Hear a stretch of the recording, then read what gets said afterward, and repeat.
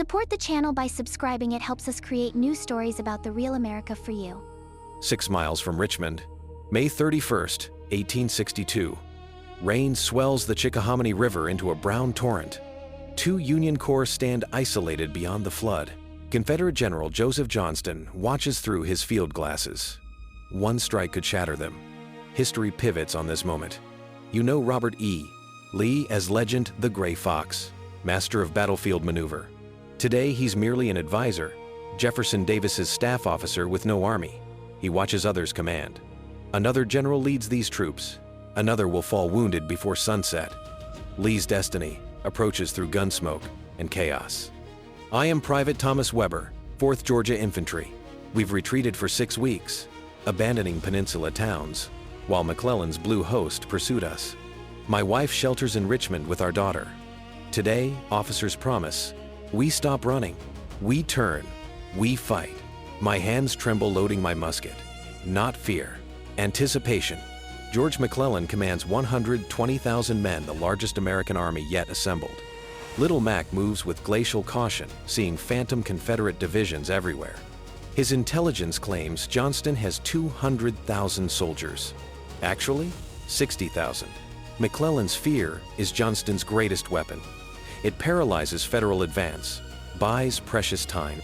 Before dawn, 3 Confederate divisions march toward 7 Pines Crossroads. Longstreet takes the Williamsburg Road. D.H. Hill moves through swampy woods. Benjamin Huger's division will seal Federal escape routes. The plan requires perfect timing, flawless coordination. Confederate officers have never attempted anything this complex. What happens? Immediate chaos. General Erasmus Keyes commands 12,000 Federals near 7 Pines. Behind him, Heintzelman's 3rd Corps holds Fair Oaks Station. Pickets report Confederate columns moving. McClellan dismisses these warnings entirely. Johnston won't attack, he declares confidently. He's too weak, too cautious. Little Mac reads his opponent completely wrong. He usually does. Noon. Johnston's attack should have struck 6 hours ago. Instead, Confederate divisions stand confused on clogged roads. Longstreet took the wrong route, blocking Hill's advance. Officers argue over maps, while precious minutes evaporate. Federal troops hear movement, prepare defenses. Surprise, the South's crucial advantage dies in the morning heat. Opportunity bleeds away. 1 o'clock afternoon. Confederate artillery finally roars. D.H. Hill's brigades charge through palmetto swamps toward Union earthworks. Rifle volleys ripple across muddy fields. Casey's Federal division, caught despite the delay, fights desperately. Their line buckles under gray-clad waves. Men scream, fall, die in the muck. 7 Pines explodes into murderous chaos. You need to understand Civil War combat. Men stand 50 yards apart, firing massed volleys into each other. No cover, no retreat, just loading, firing, watching comrades explode beside you. Minié balls shatter bones. Artillery tears bodies apart. Smoke blinds everyone. Officers shout unheard commands. This isn't strategy, this is slaughter. Casey's division breaks. Green recruits, seeing combat for the first time, panic and flee.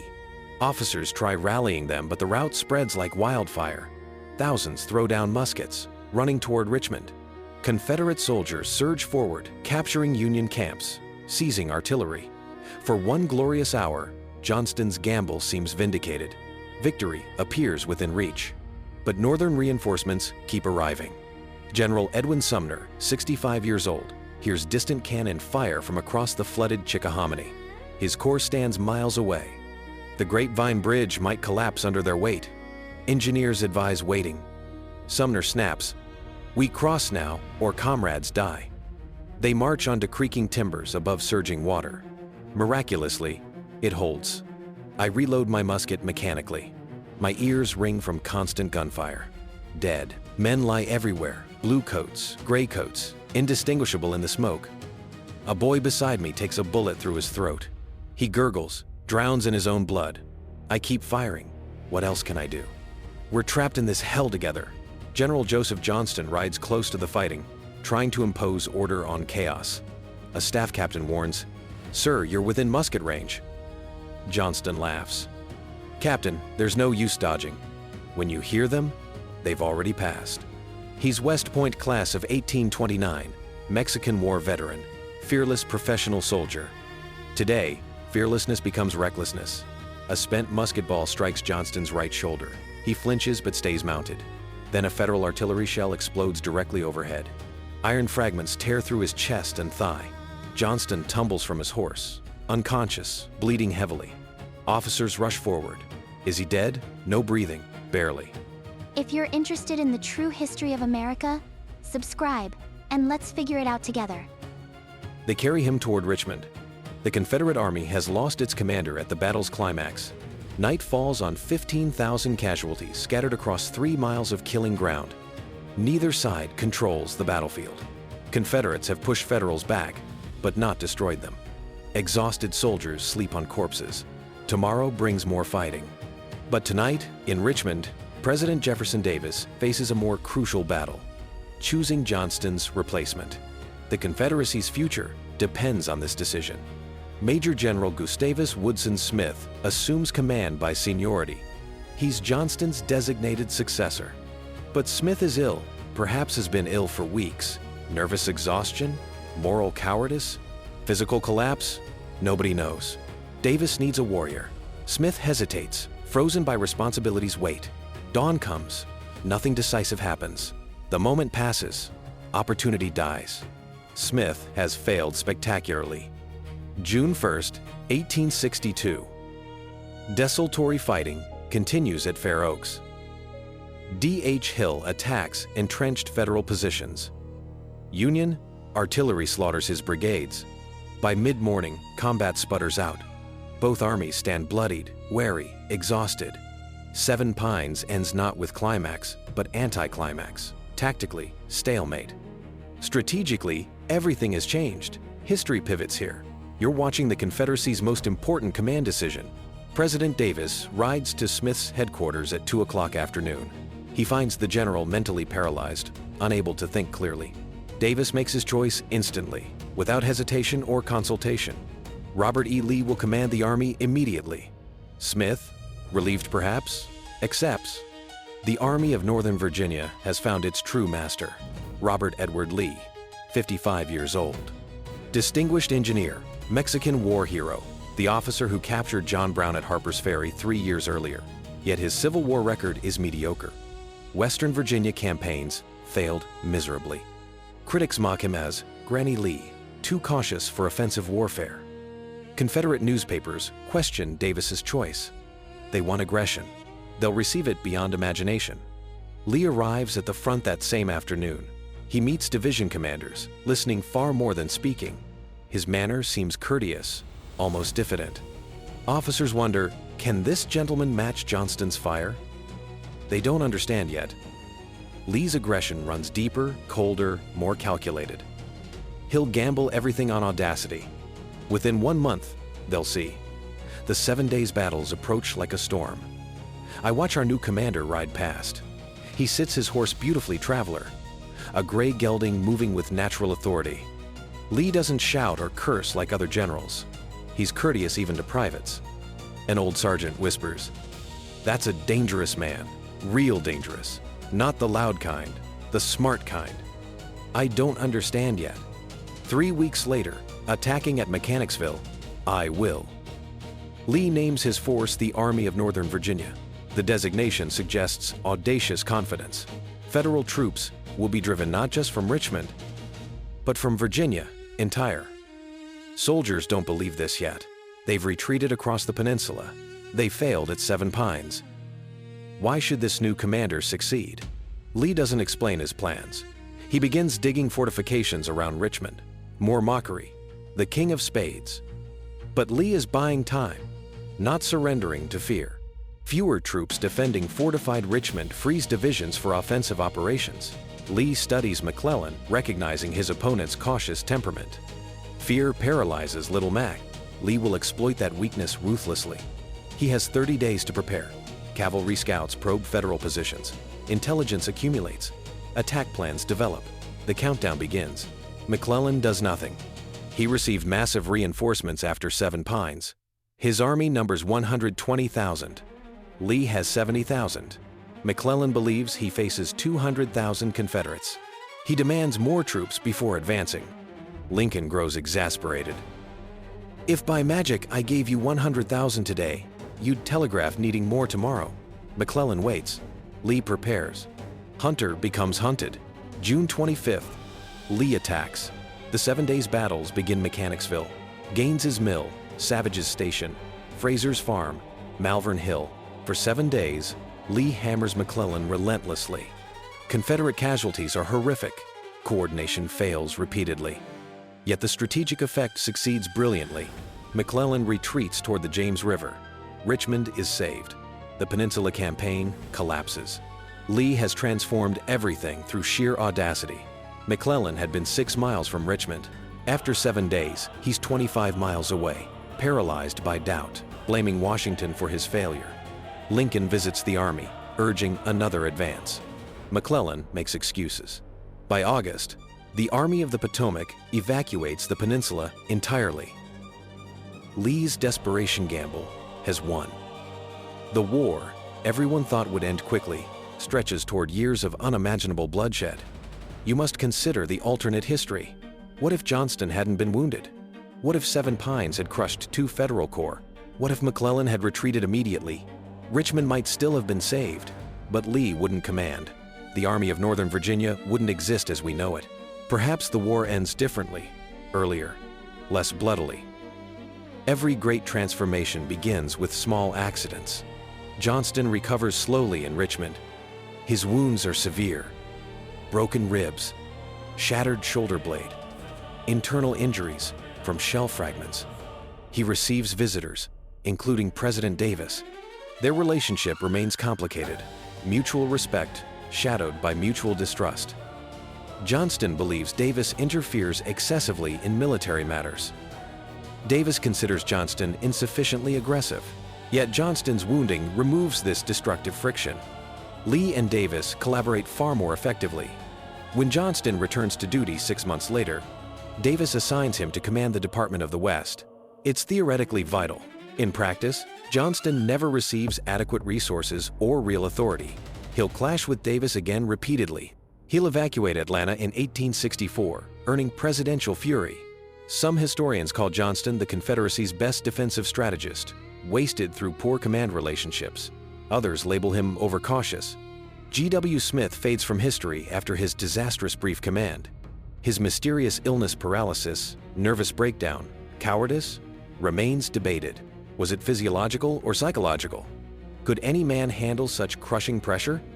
Smith resigns his Confederate commission in 1863 after perceived slights. He later commands Georgia militias successfully, suggesting his 7 Pines collapse was situational, not permanent.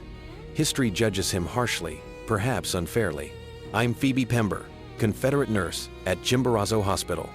After 7 Pines, thousands of wounded arrived. Wagons dumped broken bodies faster than we could tend them. Surgeons worked 30 straight hours, sawing off shattered limbs. Men died, begging for water we couldn't provide. The stench was unbearable blood, gangrene, death. We saved whom we could. It was never enough. War consumed everything, demanded more, always more. Lee transforms the Confederate Army systematically. He promotes aggressive officers like Longstreet and Jackson, while sidelining cautious ones. He improves logistics, intelligence, communications. He drills troops relentlessly. Most importantly, he instills absolute belief.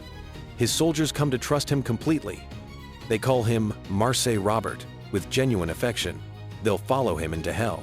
Repeatedly, they do. The Army of Northern Virginia becomes legend.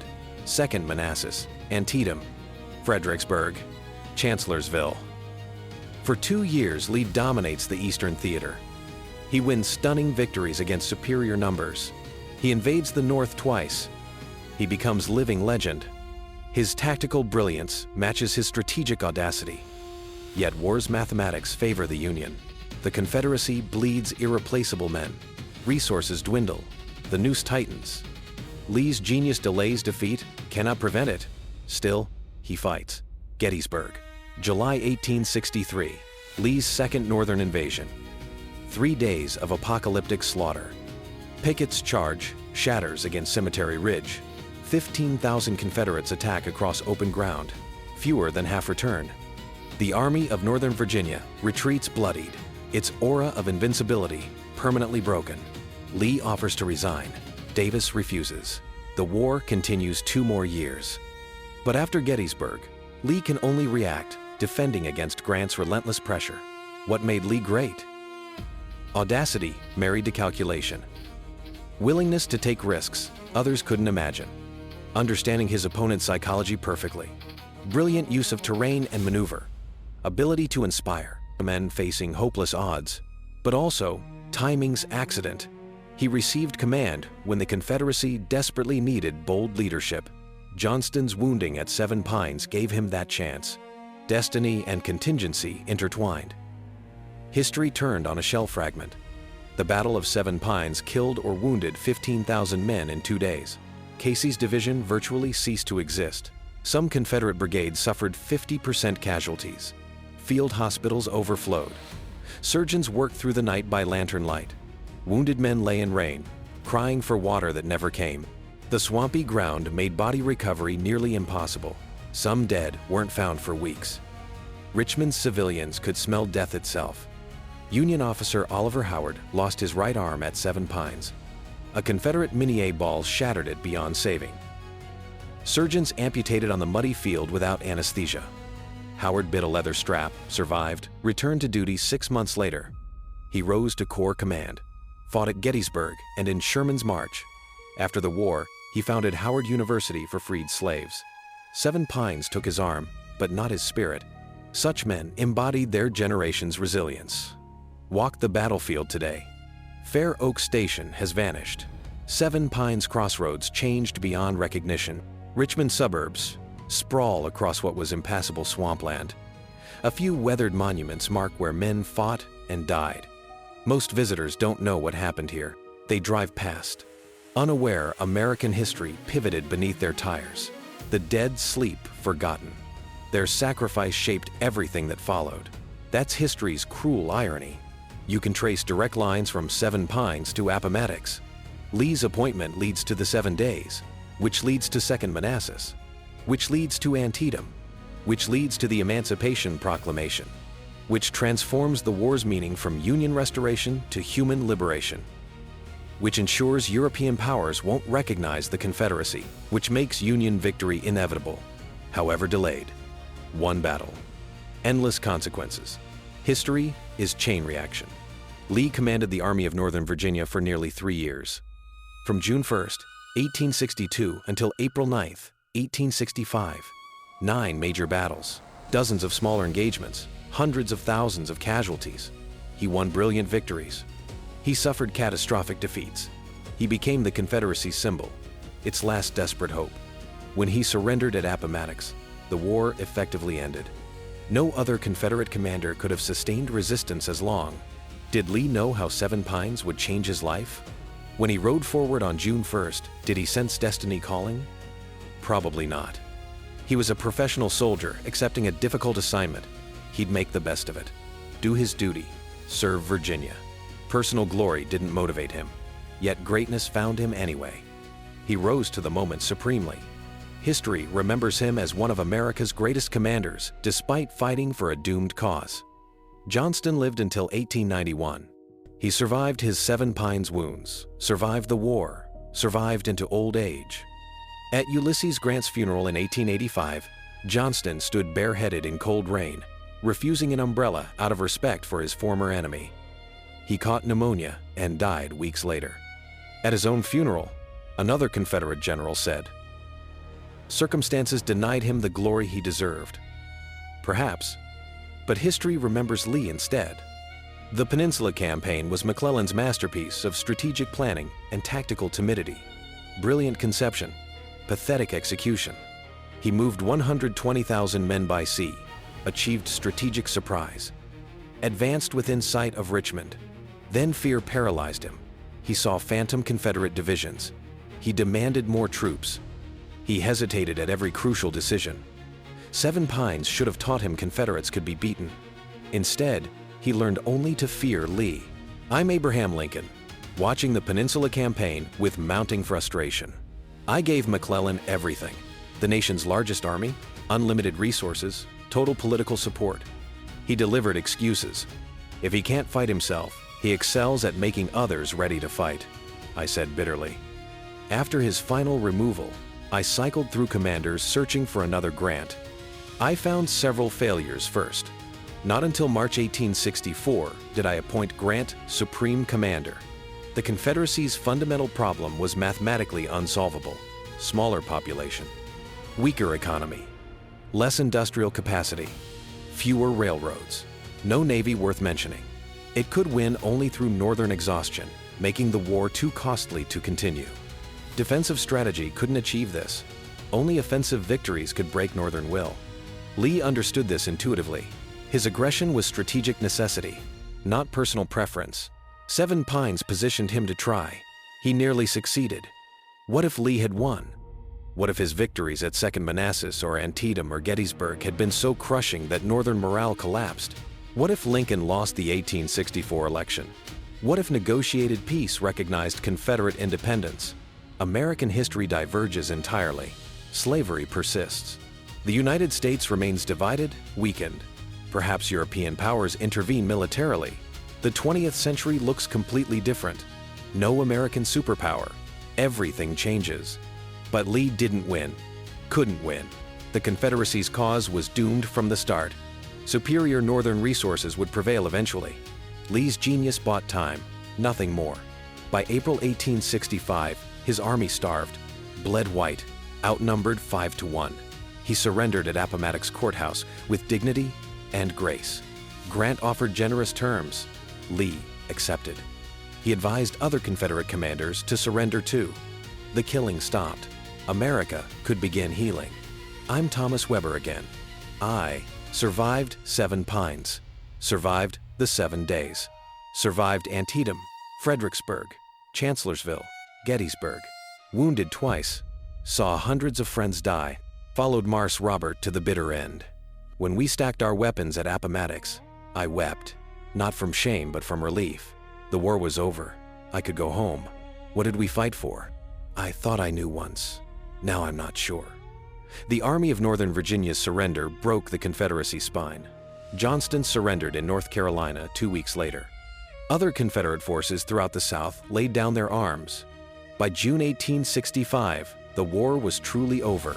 4 years, 620,000 dead. The nation preserved but transformed. Slavery abolished. Federal power supreme over states' rights. The 19th century's bloodiest conflict in the Western world. Lee returned to private life without bitterness.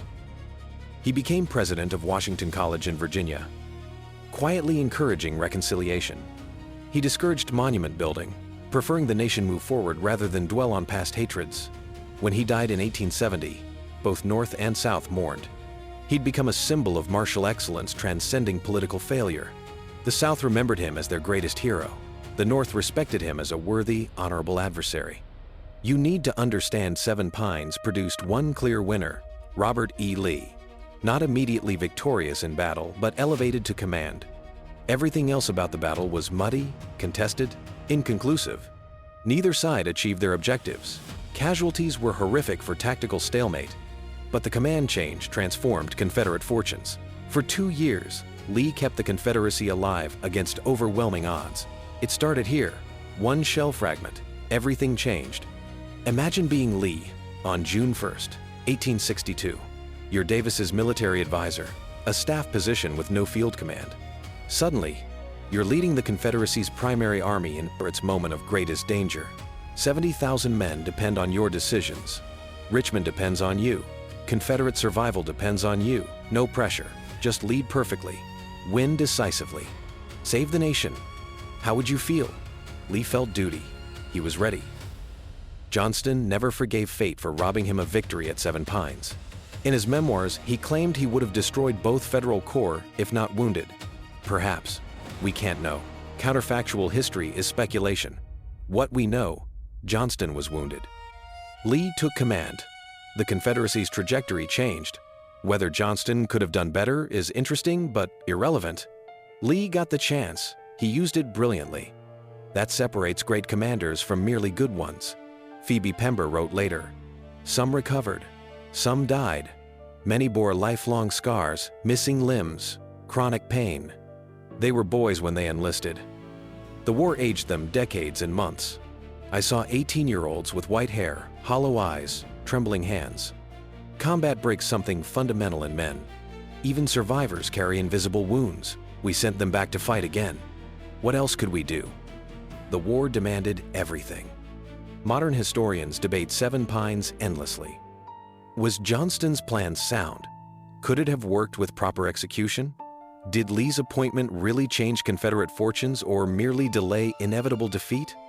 Was the battle tactically important or only significant for Johnston's wounding? These questions can't be definitively answered. We see the history that happened, not alternatives. But this much is clear. Seven Pines marked a turning point. Stand at Seven Pines crossroads, close your eyes, hear rifles crack, smell gunpowder, feel the ground shake from artillery. See wounded crawling through mud, hear Johnston fall from his horse, watch Lee ride forward to assume command. This is where history pivoted. This is where the Confederacy's destiny changed. This is where Robert E. Lee became Mars Robert. The past lives here, still. The dead remember. We should too. Seven Pines wasn't the war's largest battle, not its bloodiest, not its most decisive tactically, but it changed everything.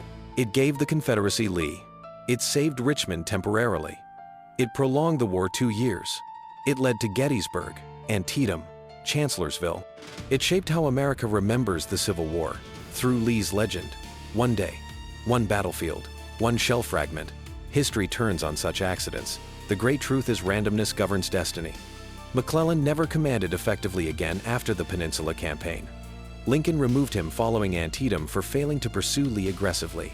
McClellan ran against Lincoln in the 1864 presidential election, advocating negotiated peace with slavery preserved. He lost decisively. After the war, he served as New Jersey governor.